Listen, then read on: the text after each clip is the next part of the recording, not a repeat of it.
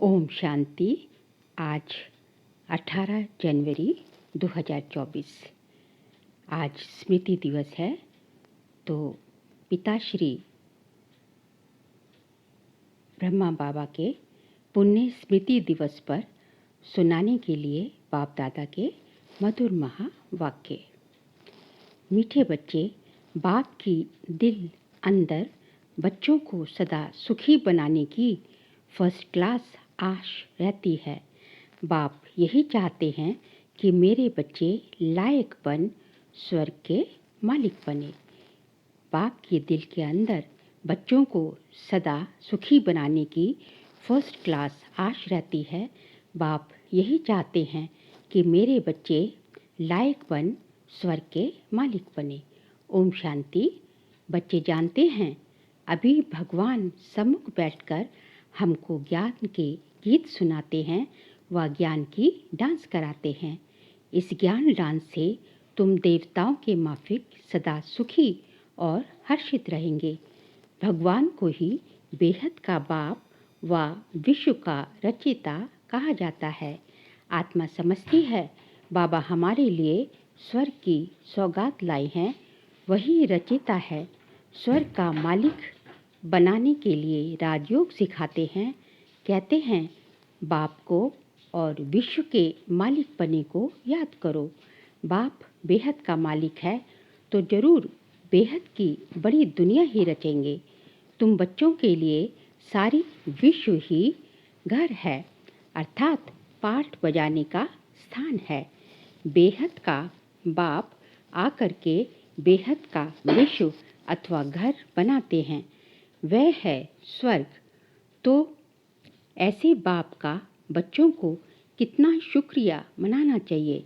विश्व का रचता बाप डायरेक्ट समझा रहे हैं, हम तुमको विश्व का मालिक बनाने आए हैं। तो तुम्हारा स्वभाव बहुत फर्स्ट क्लास चाहिए। तुम्हारी चलन ऐसी होनी चाहिए जो सब कहें कि ये तो जैसे देवता हैं।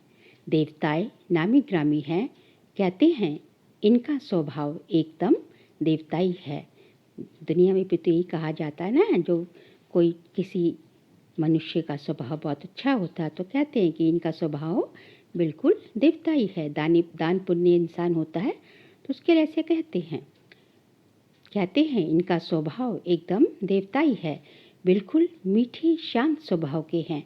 तो ऐसे बच्चों को बाप भी देख खुश होते हैं। बाबा स्वर्ग का मालिक बनाने आते हैं तो तुम्हें कितना मददगार बनना चाहिए। सर्विस में आप ही लग जाना चाहिए। ऐसे नहीं कि मैं थक गया हूँ, फुर्सत नहीं है। समय पर सब काम करने में कल्याण है। यज्ञ सर्विस का इजाफा शिव बाबा देते हैं। बाबा बच्चों की देवी चलन देखते हैं तो कुर्बान जाते हैं। तुम बच्चे इस पढ़ाई से कितनी ऊंची कमाई करते हो, तुम पद्मा पदम पति बनते हो। बाबा तुम्हें कितना धनवान बनाते हैं। बाप तुमको अखुट खजाने में ऐसा वजन करते हैं जो 21 जन्म साथ रहेगा। वहाँ दुख का नाम नहीं, कभी अकाले मृत्यु नहीं होगी। मौत से कभी डरेंगे नहीं। यहाँ कितना डरते हैं, रोते हैं। तुमको तो खुशी है, ये पुराना शरीर छोड़ नई दुनिया में प्रिंस बनेंगे। तुम इस पुरानी दुनिया से ममत्व मिटाते रहो, इस देह को भी भूलते जाओ। हम आत्मा इंडिपेंडेंट है, बस एक बाप के सिवाय और किसी की याद ना आए। जीते जी जैसे कि मौत की अवस्था में रहना है। इस दुनिया से मर गए हैं, कहते भी हैं ना आप मरे मर गई दुनिया। शरीर के भान को उड़ाते रहो, एकांत में बैठ ये अभ्यास करो। बाबा बस अभी हम आपकी गोद में आए कि आए, एक की याद में शरीर का अंत हो। इसको कहा जाता है एकांत। मीठे बच्चे, तुम जानते हो कि ऐसी ऊंची पढ़ाई पढ़ाने वाला कौन है। इस चैतन्य डिब्बी में चैतन्य हीरा बैठा है, वही सत्य चित्त आनंद स्वरूप है। चैतन्य डिब्बी मतलब ब्रह्मा बाबा के अंदर जो है परमपिता परमात्मा शिव का जब अवतरण होता है तो चैतन्य हीरा बैठा है, वही सत्य चित्त आनंद स्वरूप है। सत बाप तुम्हें सच्ची सच्ची श्रीमत देते हैं। बाप के बने हो तो कदम कदम श्रीमत पर चलना है, चुप रहना है और पढ़ना है। एक बाप को याद करना है, घड़ी घड़ी इस बैच को देखते रहो तो बाप और वर्षे की याद आएगी। बाबा कहते हैं बैच के द्वारा बहुत सेवा हो सकती है, तो इसलिए बैच जो है बार बार बैच लगाना भी चाहिए और घड़ी घड़ी बैच को देखते भी रहना चाहिए, तो बाप और वर्षे की याद आएगी। याद से ही तुम जैसे सारे विश्व को शांति का दान देते हो। हर एक बच्चे को अपनी प्रजा भी बनानी है, वारिस भी बनाने हैं। मुरली कोई भी मिस नहीं करनी चाहिए। बाबा बहुत प्यार से समझाते हैं, मीठे बच्चे अपने पे रहम करो, कोई अवज्ञा नहीं करो। अपने पे रहम करना मतलब श्रीमत पे चलो। जो खुशबूदार फूल हैं वह खींचते हैं, जो जैसा है ऐसी सर्चलाइट लेने की कोशिश करते हैं। खुशबूदार गुणवान बच्चों को देख प्यार में खुशी में नैन गीले हो जाते हैं। कुछ तकलीफ होती है तो बाबा सर्चलाइट देते हैं। बाबा समझाते हैं, मीठे बच्चे तुम्हें इस पुरानी दुनिया में कोई भी आशा नहीं रखनी है। अब तो एक ही श्रेष्ठ आश रखनी है कि हम तो चले अपने सुख धाम। कहाँ भी ठहरना नहीं है, देखना नहीं है, आगे बढ़ते जाना है। एक तरफ ही देखते रहो, तब ही अचल अडोल स्थिर अवस्था रहेगी। अब ये दुनिया खत्म होनी ही है, इसकी बहुत सीरियस हालत है। इस समय सबसे अधिक गुस्सा प्रकृति को आता है, इसलिए सब खलास कर देती है। प्रकृति को गुस्सा क्यों आता है? क्योंकि प्रकृति का जो है मानव ने बहुत ही ज़्यादा जो है शोषण किया है, एक्सप्लॉइट किया है, तो प्रकृति अपना रोष व्यक्त करती है। तुम जानते हो ये प्रकृति अभी अपना गुस्सा जोर से दिखाएगी, सारी पुरानी दुनिया को डुबो देगी। अर्थक्वेक में मकान आदि सब गिर पड़ेंगे, अनेक प्रकार से मौत होंगे। ये सब ड्रामा का प्लान बना हुआ है, इसमें दोष किसी का भी नहीं है। विनाश तो होना ही है, इसलिए तुम्हें इससे बुद्धि का योग हटा देना है। इस पुरानी दुनिया से बाबा कह रहे हैं ममत्व हटा देना है, बुद्धि का योग हटा देना है। तुम्हें तो अपना सब कुछ इंश्योर कर दिया है, इसलिए तुम्हें किसी भी प्रकार की चिंता नहीं। हमने तो नई दुनिया के लिए बाबा के पास सब कुछ इंश्योर कर दिया है, तो इसलिए बाबा कहते हैं तुम्हें तो कोई चिंता होनी ही नहीं चाहिए।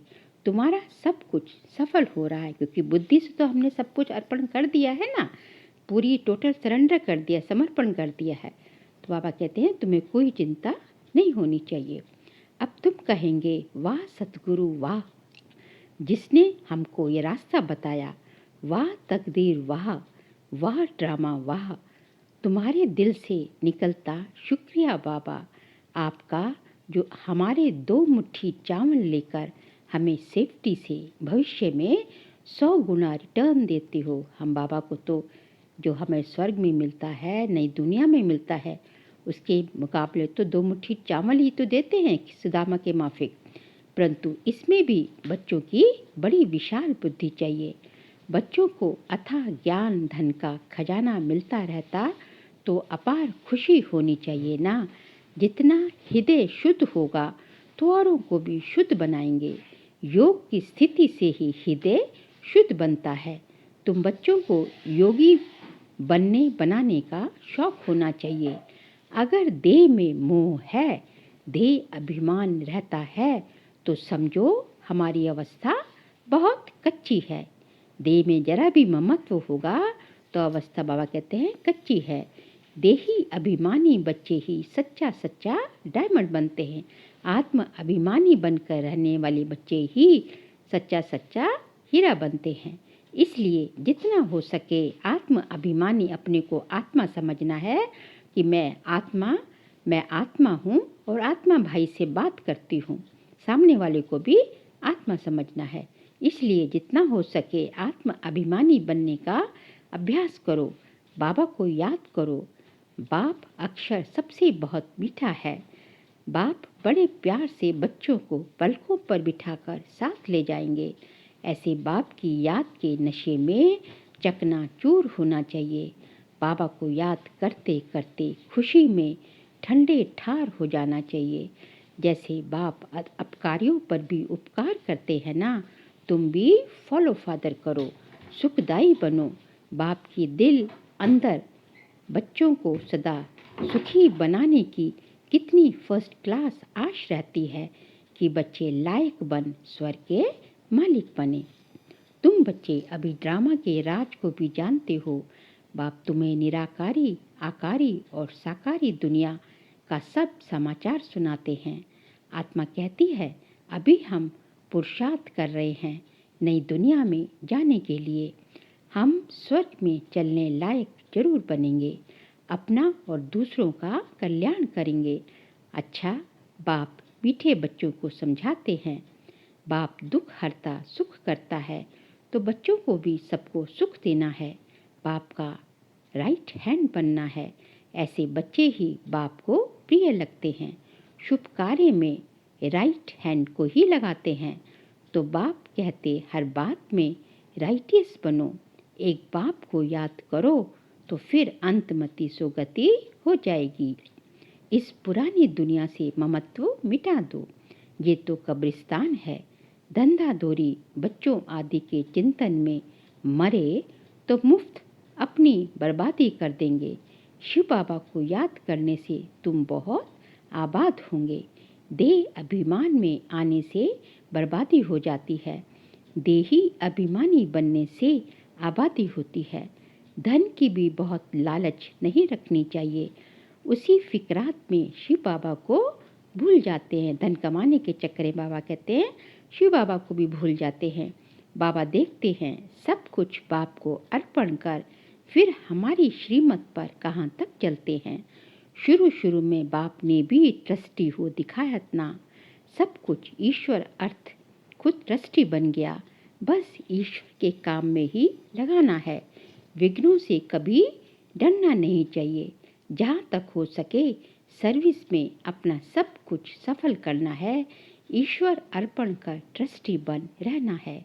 अच्छा, मीठे मीठे सिकिलदे बच्चों प्रति माता पिता बाप दादा का याद प्यार और गुड मॉर्निंग।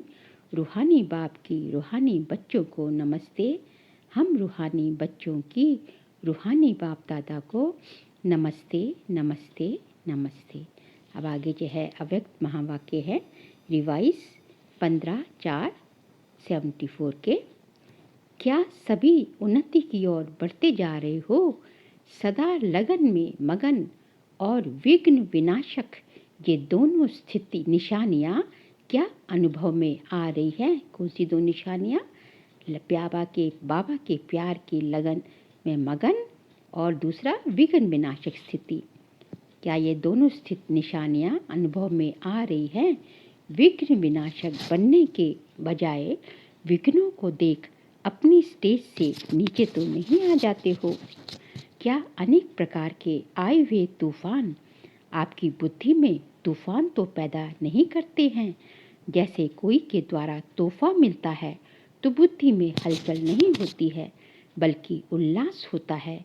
इसी प्रकार आए हुए तूफान उल्लास बढ़ाते हैं या हलचल बढ़ाते हैं? अगर तूफान को तूफान समझा तो हलचल होगी और तोहफा समझा व अनुभव किया तो उससे उल्लास और हिम्मत अधिक बढ़ेगी। ये है चढ़ती कला की निशानी। घबराने के बजाय गहराई में जाकर अनुभव के नए नए रत्न इन परीक्षाओं के सागर से प्राप्त करेंगे, क्योंकि हलचल के अंदर रत्न समाये हुए हैं। ऊपर ऊपर से अर्थात बाह्य मुक्ता की दृष्टि और बुद्धि द्वारा देखने से हलचल दिखाई देगी अथवा अनुभव होगी, लेकिन उसी आई हुई बातों को अंतर्मुखी दृष्टि व बुद्धि से देखने से अनेक प्रकार के ज्ञान रत्न अर्थात पॉइंट्स प्राप्त होंगी। अगर कोई भी बात को देखते व सुनते हुए आश्चर्य अनुभव होता है तो ये भी फाइनल स्टेज नहीं है। ऐसा तो होना नहीं चाहिए। ड्रामा के होने पर अगर ऐसा भी संकल्प उत्पन्न होता है तो इसको भी अंशमात्र की हलचल का रूप कहेंगे। अब तक भी क्यों क्या का क्वेश्चन अगर उठता है तो इसका अर्थ है हलचल। जितना विघ्न आना आवश्यक है उतना विघ्न विनाशक स्थिति में रहना, यही हर्षित रहने का साधन है। बाबा कहते हैं विघ्न आना भी अति आवश्यक है और विघ्न विनाशक स्थिति में रहना भी अति आवश्यक है। नथिंग न्यू, ये है फाइनल स्टेज। यदि कोई भी हलचल का कर्तव्य करते हो व पाठ बजाते हो तो सागर समान ऊपर से हलचल भले ही दिखाई दे रही हो, अर्थात चाहे कर्मेंद्रियों की हलचल में आ रहे हो लेकिन स्थिति नथिंग न्यू की हो। बाबा कहते हैं किसी भी परिस्थिति में चाहे बेशक ऊपर से कर्मेंद्रियों की हलचल आ जाए लेकिन स्थिति जो आपकी आंतरिक स्थिति हो वो इसकी होगी। अनेकों बार हमने ये पास किया है। एकाग्र, एक रस, एकांत, अर्थात एक रचयिता और रचना के अंत को जानने वाले त्रिकालदर्शी की स्टेज पर आराम से शांति की स्टेज पर स्थित हैं, या कर्मेंद्रियों की हलचल आंतरिक स्टेज को भी हिला देती है।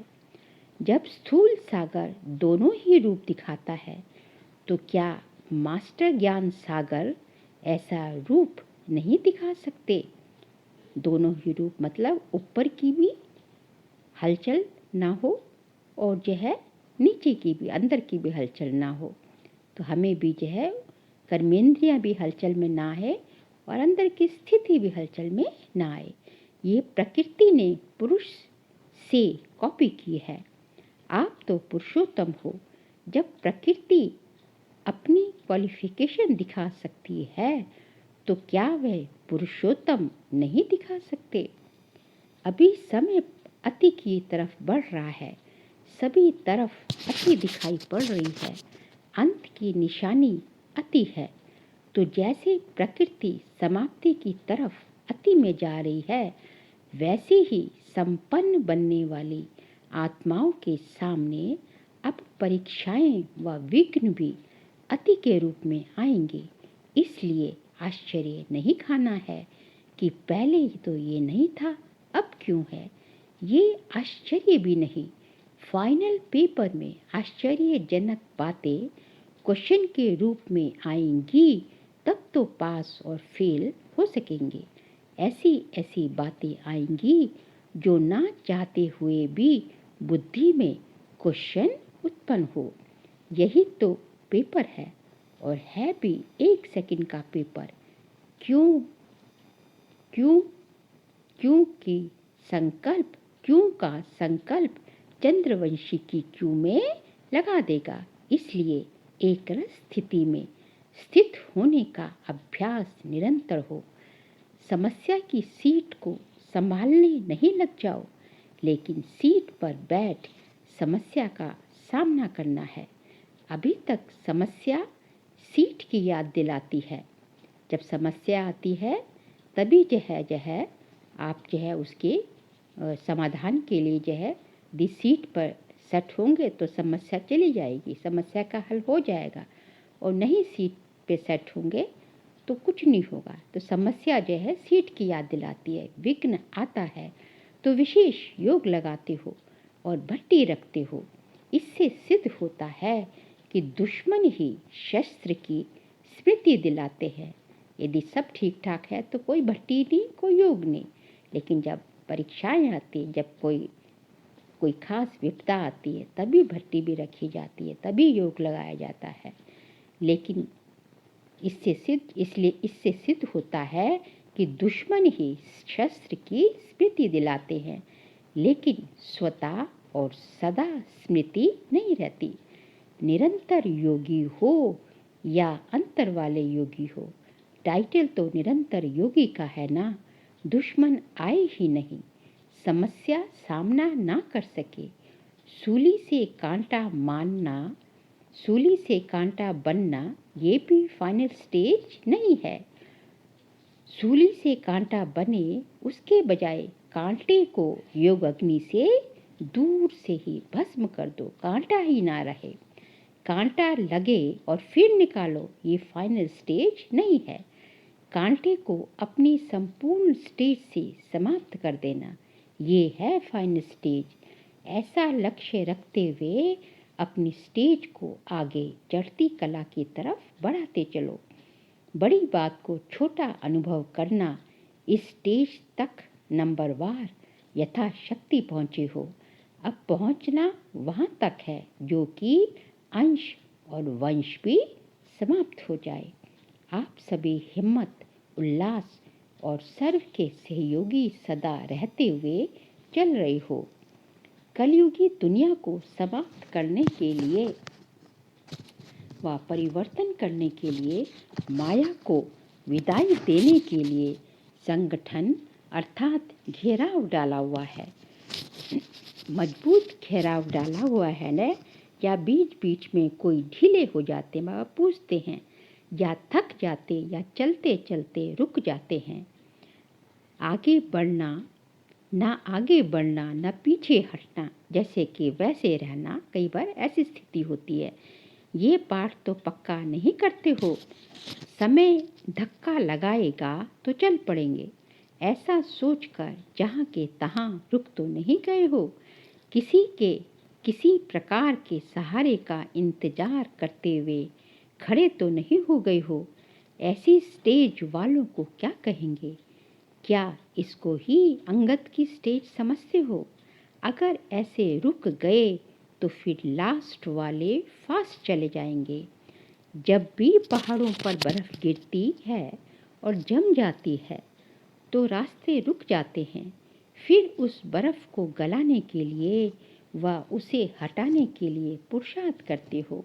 यहाँ भी अगर बर्फ़ के माफिक जम जाते हो तो इससे सिद्ध होता है कि योग अग्नि की कमी है। योग अग्नि से उस बर्फ़ माफिक जो जम गए हो उसको पिघलाओ, आगे बढ़ो। योग अग्नि को तेज करो तो रास्ता क्लियर हो जाएगा। मिली हुई हिम्मत और उल्लास के पॉइंट्स बुद्धि में दौड़ाओ तो रास्ता क्लियर हो जाएगा। पुरुषार्थ की गति में अंगद बनो, माया से हार खाने में अंगद नहीं बनो, बल्कि विजयी बनने के लिए अंगद बनो। अच्छा, ऊंचते ऊंच पाठ द्वारा पालना लेने वाले, विश्व की पालना करने वाले, विश्व कुल की श्रेष्ठ आत्माएं, प्रकृति को परिवर्तन करने वाली पुरुषोत्तम आत्माएं, विश्व के आगे साक्षात मूर्त प्रसिद्ध होने वाली आत्माएं, योगी तो आत्माओं के प्रति बाप दादा का याद, प्यार और गुड मॉर्निंग। हम सभी रूहानी बच्चों की रूहानी बाप दादा को नमस्ते नमस्ते नमस्ते। आज का बाबा का वरदान है, सेवा में रहते संपूर्णता की समीपता की अनुभूति करने वाले ब्रह्मा बाप समान एग्जाम्पल भव। सेवा में रहते संपूर्णता की समीपता की अनुभूति करने वाले ब्रह्मा बाप समान एग्जाम्पल भव। जैसे ब्रह्मा बाप सेवा में रहते समाचार सुनते एकांतवासी बन जाते थे। 1 घंटे के समाचार को 5 मिनट में सार समझ बच्चों को खुश करके अपनी अंतर्मुखी एकांतवासी स्थिति का अनुभव करा देते थे। ऐसे फॉलो फादर करो। ब्रह्मा बाप ने कभी नहीं कहा कि मैं बहुत बिजी हूँ, लेकिन बच्चों के आगे एग्जाम्पल बने। ऐसे समय प्रमाण अभी इस अभ्यास की आवश्यकता है। दिल की लगन हो तो समय निकल ही जाता है और अनेकों के लिए एग्जाम्पल बन जाएंगे। समय भी निकल जाएगा और अनेकों के लिए आप जो है सैंपल भी बन जाओगे। स्लोगन है, हर कर्म में कर्म और योग का अनुभव होना ही कर्म योग है।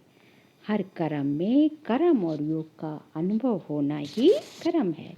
हर कर्म में योग का समावेश हो, इसी को कर्म योग कहा जाता है। अब आगे जो है, अव्यक्त साइलेंस द्वारा डबल लाइट फरिश्ता स्थिति का अनुभव करो। आज का पॉइंट है, सदा यही लक्ष्य याद रहे कि हमें बाप समान बनना है। तो जैसे बाप लाइट है, तो जैसे बाप लाइट भी है और माइक भी है, तो ऐसे डबल लाइट बनना है। औरों को देखते हो तो कमज़ोर होते हो, इसलिए सी फादर फॉलो फादर करो। सी शिव फादर और फॉलो ब्रह्मा फादर। उड़ती कला का श्रेष्ठ साधन सिर्फ एक शब्द है, सब कुछ तेरा। बाबा कहते हैं बस यही एक शब्द है, सब कुछ तेरा। तुझको सब कुछ जो है समर्पण, टोटल सरेंडर, यही उड़ती कला का श्रेष्ठ साधन है। मेरा शब्द बदल तेरा कर दो, तो तेरा हूँ, तो आत्मा लाइट है और सब कुछ तेरा है, तो लाइट बन जाएंगे। बाबा कहते हैं कि जो है एक मेरा शब्द बदल कर तेरा कर दो कि मैं तेरा हूँ, तो आत्मा क्या बन गई? लाइट बन गई। और सब कुछ तेरा है, तो लाइट हल्के बन गई। मैं तेरा हूँ, तो बाबा आत्मा क्या बन गई? लाइट है। सब मैं तेरा हूँ और सब कुछ जो कुछ मेरे पास है, देह सहित सब कुछ तेरा है, तो आत्मा तो क्या बन गए? तुम हल्के बन गए। तो इस तरह जो है हम डबल लाइट फरिश्ता स्थिति का अनुभव कर सकेंगे, केवल जो है किससे? कि सब कुछ तेरा। अच्छा, ओम